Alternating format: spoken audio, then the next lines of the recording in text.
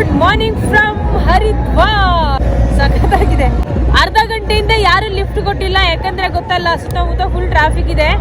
ಅಂದ್ರೆ ಲೋಕಲ್ ಊರಲ್ಲಿ ಇರೋರೆಲ್ಲ ಗಂಗಾ ಜಲನ ತಗೊಂಡು ಹೋಗ್ತಾ ಇದ್ದಾರೆ. ಸೊ ಹಾಗಾಗಿ ಅಲ್ಲಿ ತುಂಬಾ ಕ್ರೌಡ್ ಇತ್ತು.